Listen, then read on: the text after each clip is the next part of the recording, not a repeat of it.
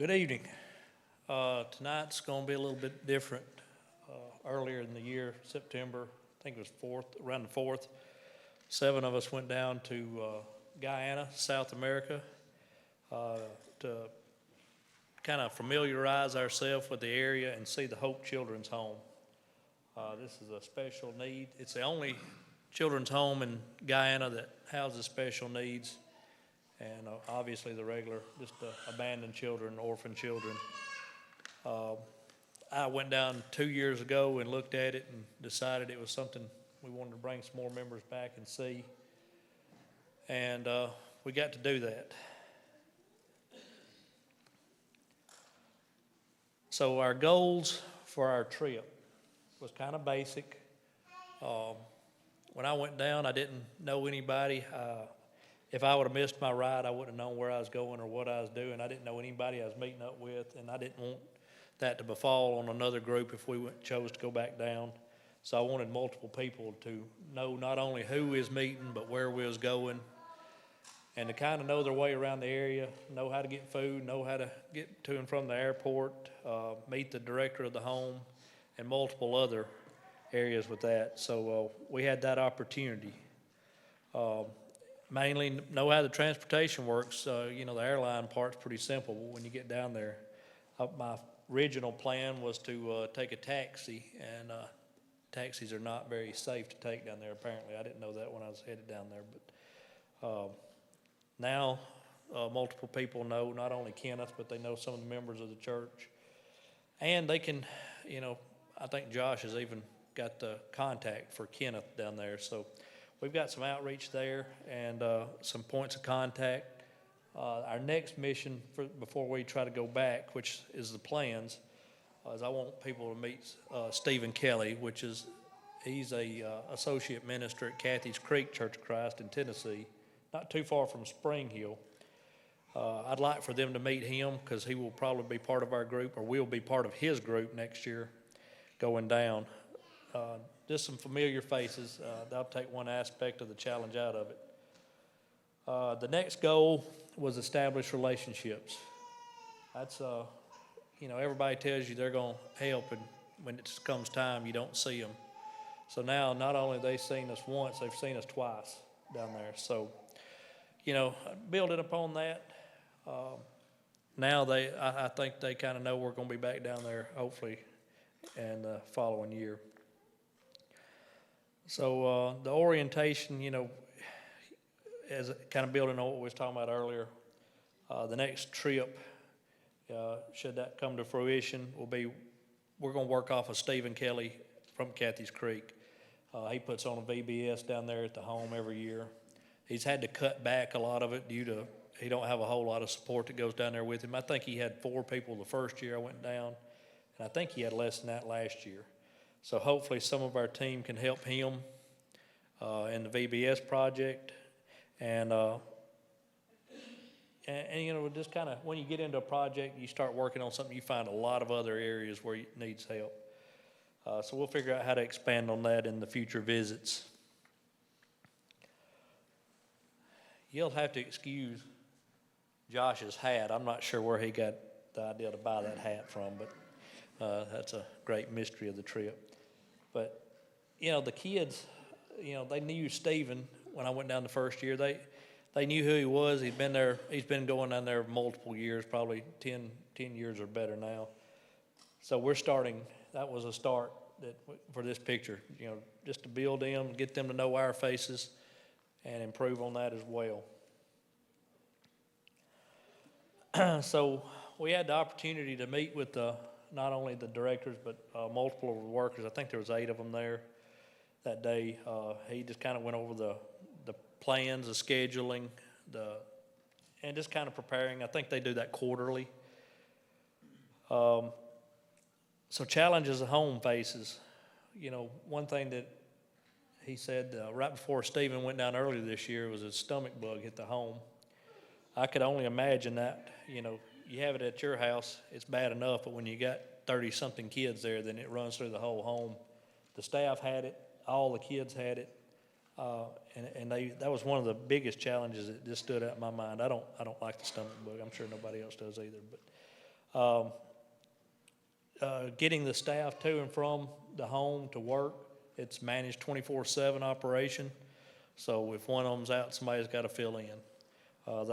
Multiple of them walk, bus, and other forms of transportation, pick up, drop off. So there is numerous challenges.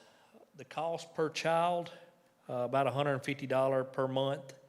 That includes the food, clothing, shelter, and utilities. That equates to about $5 per child per day. And you multiply that by 35, 36 children, that does add up to quite a large sum. I think around 757,000, somewhere in that neighborhood. I've done the math and I've done forgot it. But just other operational issues they have, repairs. Kenneth has to take children to the doctor. He has a van that is provided for him to use for that. And of course, it also hauls us around when we went down. So that'll come into play later on in what I talk about. But future work, teaching, assist Kenneth with the VBS.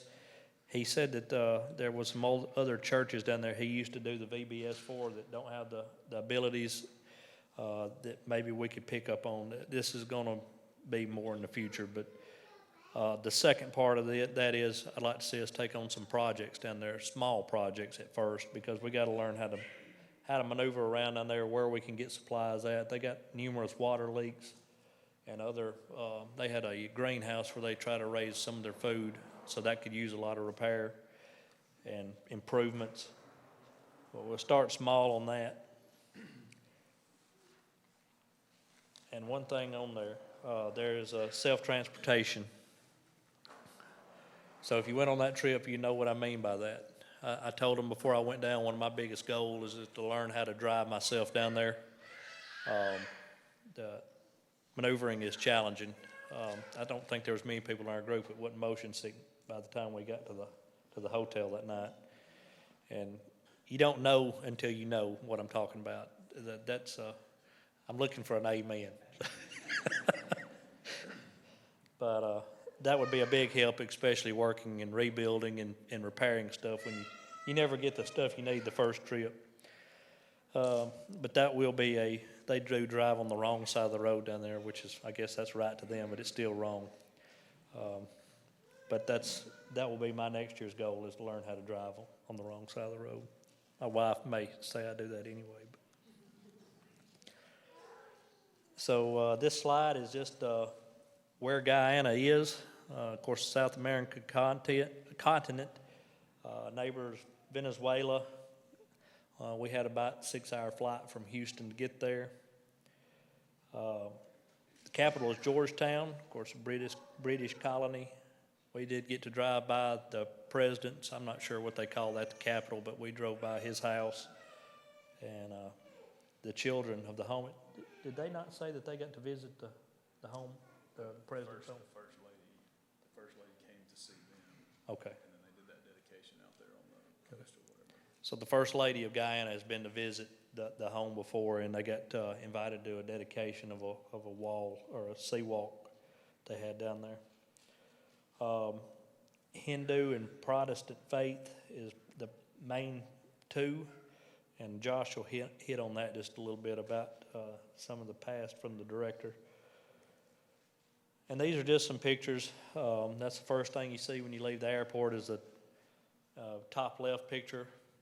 The van Cathy's Creek purchased earlier this year. His van was in pretty bad disrepair, and they do have air conditioning in them, by the way.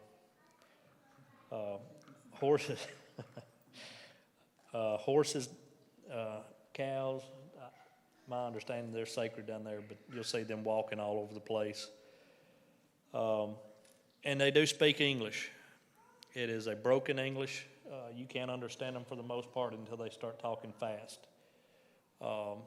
They start combining words when they get in a hurry, kind of like "jeet yet." We understand "did you eat yet," but they have their own version of that. So that's the follow the better flavor.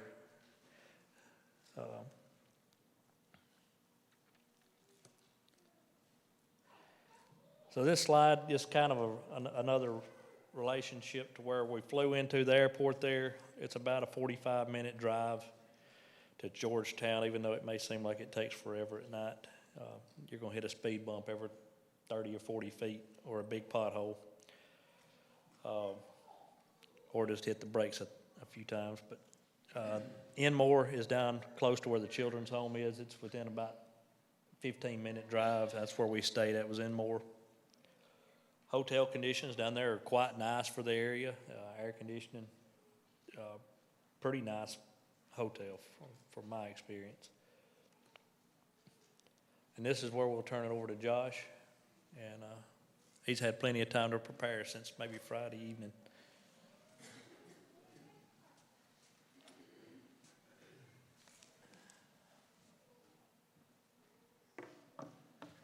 So this was my first time to ever go to a mission trip or to be out of country or anything, and for me it was a life-changing experience in the sense that I only view the world from our problems in America, never seen the other side of the coin, so to speak, or something like that. So to go experience that and see that was really eye-opening and real humbling to see, and come back here and hear people complain about stuff that they would jump for joy for, and so to speak, on certain aspects of our lives, just getting up and drinking out of tap water, things like that. So for me, it was a real eye-opener. The opportunities to build relationships down there, I think, is important for us.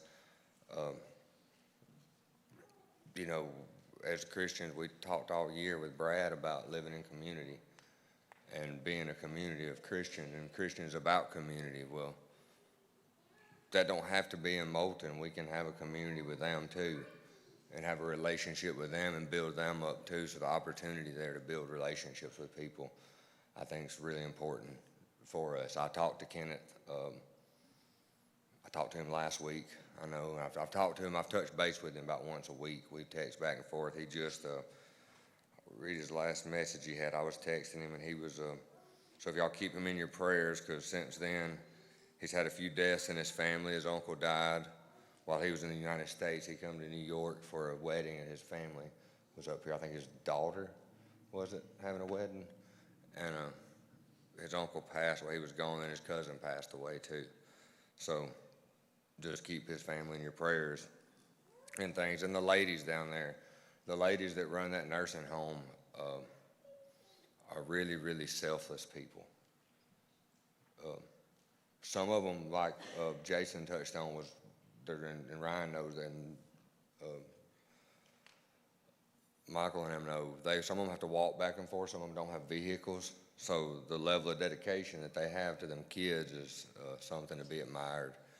And, you know, so I think just to see what they do and how many kids they have and the patience they have with the kids down there, and the kids are well taken care of, and the things they do have, they're well maintained. They do take pride in what they have. They keep everything clean. It was very impressive on that aspect of it. The humbleness of getting around those kids, and just, you know, there's nothing more pure than a child.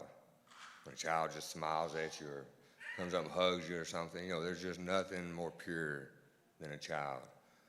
And, you know, you can't help but bring them back with you, I wanted to bring them back with me if I could, you know, so, but it is touching in that aspect. And Kenneth, like I said, me and him messaged back and forth. Jason got me set up with an app that I can text him back and forth and stuff, and he was actually converted through the World Bible School. So I know we had a speaker come talk about that here. So there's another example of someone that's went through that and was converted through World Bible School. So, you know, the opportunities there to teach the kids are real receptive to you. They'll come up and they'll love on you. They're not standoffish. I mean, I wasn't there 30 seconds and the kid took my water. He drank all my water, so they weren't very shy on that. So he got to keep it.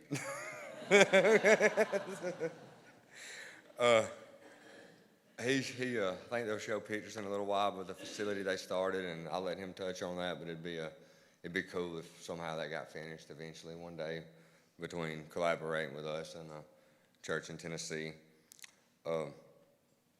Just overall, the experience of going, and for me being my first time to do anything like that, it's just an eye opener.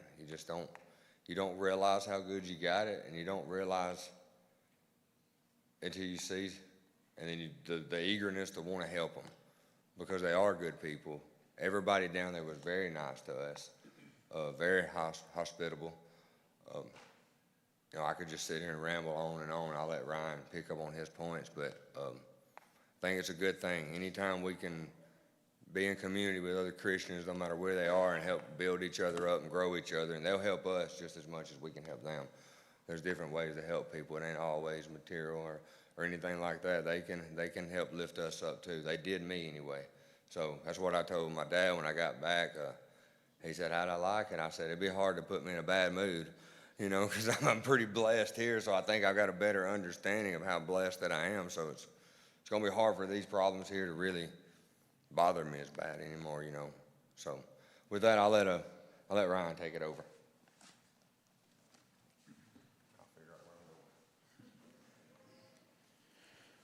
So what you're looking at here is essentially the front of the Hope Children's home, and we did not actually get a picture looking at the building itself because there's just not a whole lot of space there. One thing I wish I would have put on the slides is understanding how congested this place is. About 85% of the population lives on the coast. Of the 800,000 people that live there, the majority of them live on the coast, and it's all sandwiched together. I mean, we rarely missed a place where there wasn't houses and just things there. But this is just a picture there. This is the current set of properties. The one that you see on the right that's in yellow, you can see how it's somewhat surrounded. It's kind of a cul-de-sac, I guess, that comes into the back of the property. You can see the grass and that sort of thing that's behind it. But those are the properties. That's the church and the home are all on the same property. So the church, Enmore Church of Christ, and the home are all together. What's in red on the left is what they had started. I think it's 2017 is when they started that, and I may be wrong on that number, but I'll show you another picture of that. It is almost directly across the road, but what you see in between is a pretty rough-looking ditch, and we were afraid to go over there because of what might or might not be. This is the other property and what you're looking at. Basically, there's some blocks and columns and pillars and that sort of thing that have been started, and they're just at a standstill. And there's some history there of how that happened.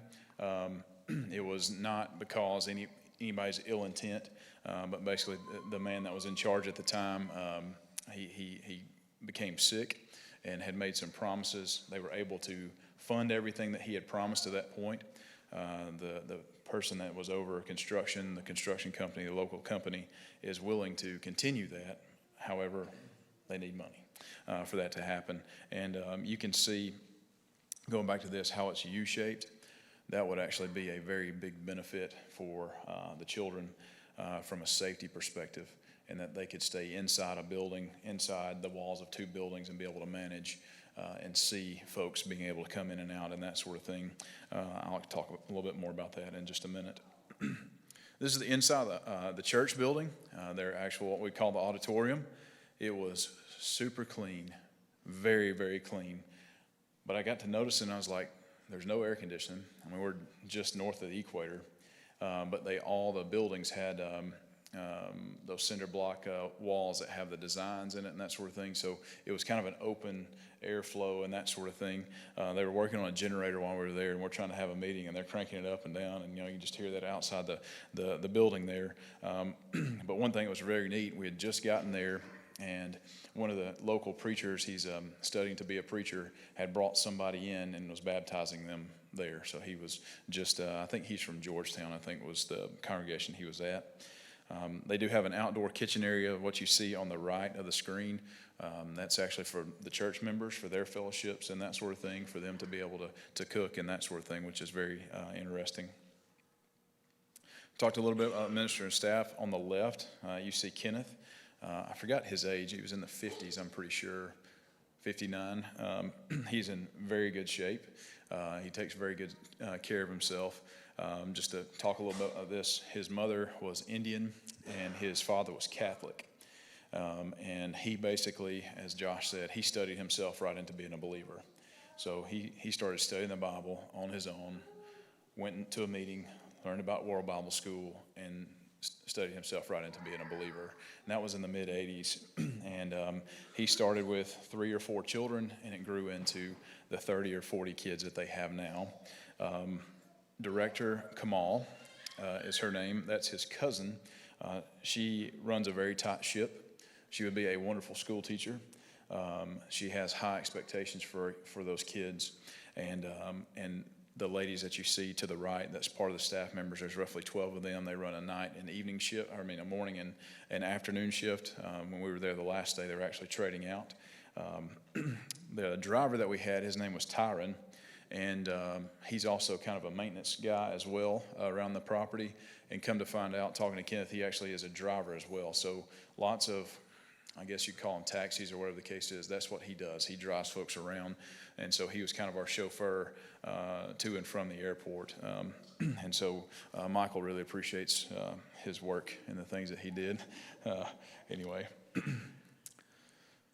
just the mission of the home. I thought this was very refreshing to see that they had a mission statement, something that they're trying to do, that they are obviously a Christian organization, a privately owned organization, that they're trying to help children, to help give them an opportunity.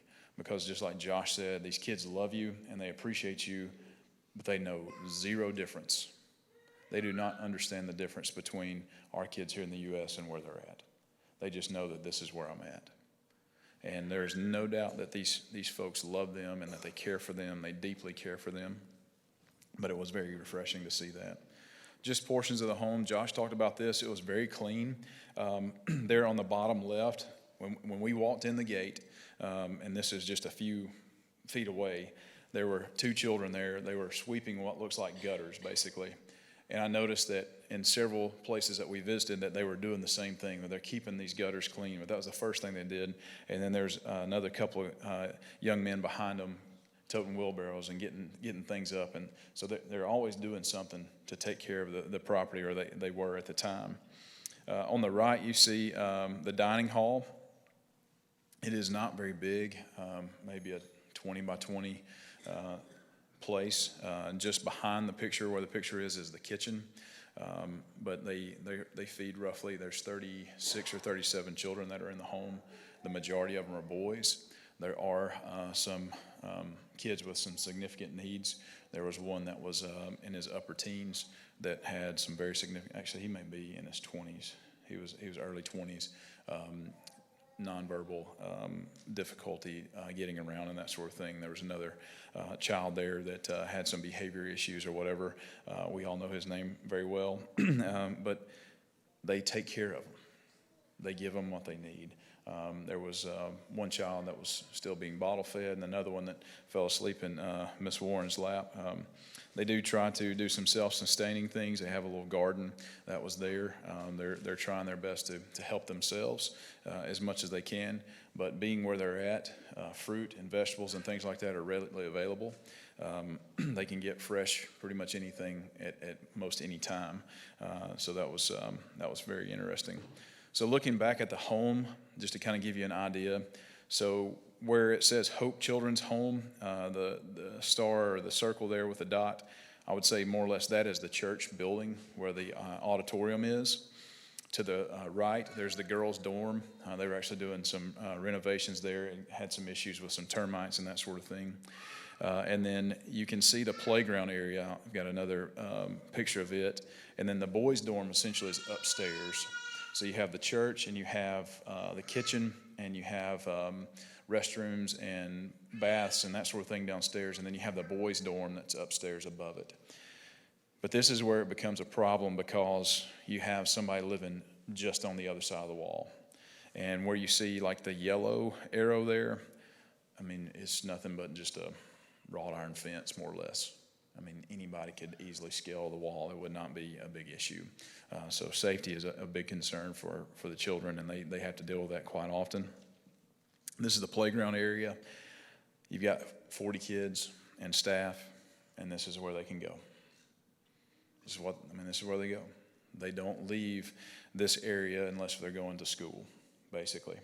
So it's roughly about about 100 by 100, something like that. And it's just, they do have a basketball court kind of to the left, and then they've got a jungle gym more or less that you see right there in front of you. We tried our best to come up with games, and they were just running wild and doing their thing, and they're having a good time. You can see there in the background kind of what the fence looks like in the back. One of the children there found it fascinating to take his shirt off, throw it on top of the roof, climb the fence, get it off the roof, come back down, throw it back up there, climb up and back. So anyway, he did that multiple times, and I'm like, get down, but he had obviously done that plenty of times. Anyway, again, this is, there's Miss Warren and the toddler there that she was holding. I think he just fell right to sleep, right? Toddlers to teens. While we were there on Friday, it was a holiday. They had kids that were of the congregation. They called them young adults, but they were 15, 16, 17 years old, that they were actually working there. They were painting in the facility. I think it was on Saturday. There's a young man that went through the home, and he is now a social worker for the government, and he was coming back to the home to just give back, to give some time there, and he was doing those things. When it comes to the government, it's set up very similar to how it is here, as far as when we have kids in need and that sort of thing. They have Department of Human Resources, more or less, that come and they place the children, and they work alongside homes like this to help them. They do let them go into public school, so they do go to public school. However, there are needs there when it comes to just education in general, understanding training and how to deal with difficult children, how to deal with kids with certain needs and that sort of thing. That is something that they really could use some training on. So operations, Jason mentioned this just a minute ago. They get like $1,000 a year from government assistance, so it's nil to none. They get very little. They do get routinely inspected by the government, so it's not something that they can just do whatever they want to. They're coming in, they're checking on them and making sure that they're doing what they're supposed to. He mentioned the First Lady. She has visited the group. It was rated the #1 group home in Guyana. While we were there, they had just had an election, and that same incumbent won the election. And so I am kind of curious if the First Lady will get more involved in things like this and possibly be able to help and fund. I don't know. I really don't. But I'm just curious if that might be a possibility. The most eye-opening thing to me when I was there was we walked in, we're doing our thing. We had a meeting with the staff and everything, and it was time for lunch. And so we're going to go back, and we said, can we help serve the lunch? Absolutely. And so they had said they had prepared some things for us or whatever, and we walk in the kitchen, and there sits 2 buckets of KFC chicken. And I'm thinking, they have bought this chicken for us. And like, please don't do that.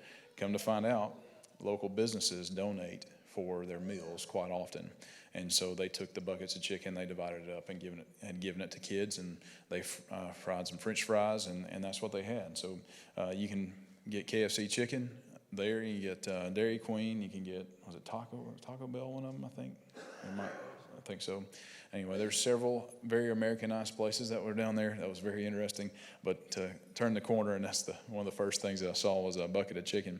But they divided it all up, and of course the kids, they tore into it, and they love ketchup just like any other kid would. But they did provide us with something that's very similar to Hush Puppies.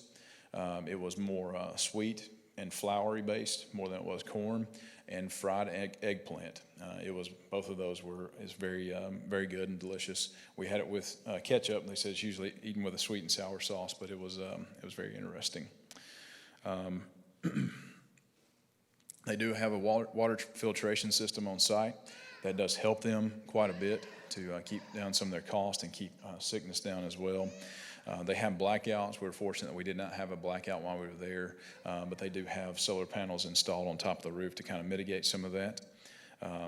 Talked about KFC. They do have an updated kitchen. It's very well equipped for them to be able to feed their children. There are some maintenance things that need to be addressed. Talked about the girls' dorm. And their idea of, again, being able to intervene for children. So if you can imagine, here in the United States, we do a really good job of figuring out who those kids are and getting them help as early as we possibly can. They're dealing with children that go beyond that formidable age, and they need extra expertise and help in understanding that. They do try their best to find their training to be able to help those children, but still they struggle with understanding how to deal with children. And I say that nobody was talking while they were serving lunch. There were 30-something kids. They did not talk. They did not eat until everyone was served, with the exception of one child. Everybody waited. And it took some time. And then they respectfully asked, may I have some more? May I have some more? And it was very impressive. So they are doing certain things correctly, but just to be able to help them and give them what they need to get them caught up to be on grade level or, whatever you want to call it. There's some things that they had to mention there. So we talked about this. Everything essentially is funded through Kathy's Creek, so any donations go through Kathy's Creek. They've done VBSs there at the congregation. They've done them at local congregations. They've had probably 14, 15 people go, and they were able to do multiple VBSs at different congregations in the local area. I'll say this, Kenneth was very knowledgeable about who is where. What ministers are where, what's going on there. Yes, I know him. He actually spends half time over in Georgetown helping that other young man keep things going. So he is very knowledgeable. They have youth rallies, ladies' day, men's day. They've had things like medical missions and that sort of thing. So 5 years ago, I believe it was, they started drilling off the coast of Guyana. I think basically the United States provided infrastructure there. So their economy has done really, really well. I don't know what it was like necessarily when Jason was there, but most every road that we were on was paved by the Chinese. So it's very interesting that the Chinese has gotten involved in that sort of thing, but that has helped a lot of the infrastructure and providing them jobs and that sort of thing. And so the medical needs and that sort of thing has gotten better, I guess is what I'm trying to get at, is that through the local economy that things have gotten better just in and of itself. However, you're dealing with folks that still have high needs. So we were able to go to the Sea Walk. We talked about that. The First Lady had several different orphanages come, and as we walked by, this rock was there. And so I was, again, trying to do my due diligence. I thought that's okay, very interesting. Good verses, really good verses, even better verses. You walk around the side, there's like 4, 5, 6 faces on here. Same thing, more good verses and more good verses. Go to the other side, same thing. And then finally get to the other side and it says donated by the Churches of Christ. Right there, this is in Georgetown at the capital city. And I thought that was just very interesting that these things were there, and it's placed, right behind. I think they were having some kind of election party or something like that later that evening. But the plan of salvation is just painted right there on a rock, and we're in the middle of Guyana. And Josh talked about his apprehension, up until a couple of days before. I had my own apprehensions about going and how refreshing this is. So. Why do we need to continue? Well, James tells us this is pure religion, to just visit the orphans, right? And we certainly have plenty here stateside, and we know that there are people that cannot make the trip, that aren't physically able, but it is an opportunity. Obviously, we need to make disciples. The one thing that I appreciate about Kenneth is he said, I'm getting older. And I'm trying to take these young, he said teens, but young adults, whatever you want to call them, he's trying to get them involved because it's he and his cousin and the staff, and he's trying to find ways to be able to help that this work would continue. You have a young man that grew up in that home that's willing to come back on a Saturday to just spend time with the kids. He's wanting to continue the gospel. So we had an opportunity to talk with Kenneth from when we left on Saturday evening, heading back to the airport. And he sat in the back with us, and we were just able to ask him questions and that sort of thing. I said, "So Kenneth, kind of, what's your plan? I mean, you mentioned you're 50 something." He said he was going the next week, I believe, to visit his kids, and they're in the States. And I said, like, "What's your plan?" And he said, "I know my kids are in the States, but my heart's here. My heart's in Guyana." And that's where he wants to be. But not only that, but he has a love and a zeal for wanting to see this thing through. He wants it to last beyond him. Yes, he started it. I asked him, how is it when it comes to reaching people? And he said, before the economy got better, it was very easy to go talk to people, convert people, and have members. I think the membership was running 80, which is really good. But he said that's getting more difficult, right? They're becoming more busy and things that are distracting, but he really has a desire to make more disciples. Again, given a cup of water because we're disciples, Matthew 10:42. Talked about this last Sunday, this idea of Timothy, or Paul, encouraging Timothy. Kenneth is trying to do the same things. He wants to instill in these young children a way not only to just be successful or productive in a society or whatever the case is, but he wants to give them high values to know how to deal and do things that they need to in the world, because they still have problems. And he said that they go to school and they get in fights because they want to prove, they're tough or whatever the case is, or they go to school and they still have problems with, purity and things like that.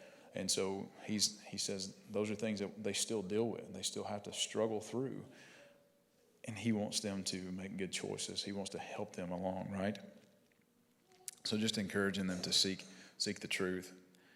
And then finally, just the idea of we can't hinder the work of the church. We can't let a child hinder the work of the church. They're part of the church, the future, as I've heard it say many times, but really they're the church of today. They're part of the church. I heard someone else say, "I'd rather have to tame wildfire than I would have to raise the dead." And there's some wildfire down there.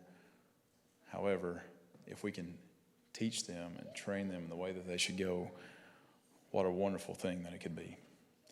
And so this is just a little bit about Guyana. As Josh said, it's going to be very difficult for you to understand that. I realize that it's just pictures and you haven't been there. I get that.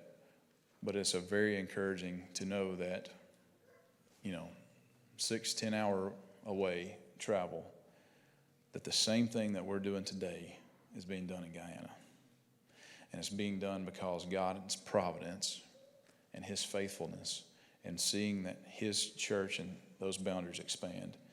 And so, we're hoping that we can continue somehow, some way. I don't know what the future holds, but, if that's something you're interested in, you have questions about, please see one of us, Jason, myself, Josh, the Warrens. I'd be happy to talk to you about it. We don't have all the answers, but we hope to have even more as we continue. But more so than that, if you have a need of the church, if there's something that you want to bring forth to the church that you're just struggling with, or if you want to obey the gospel, we'd be happy to do that. Now is as good a time as ever. You can come as we stand, as we sing.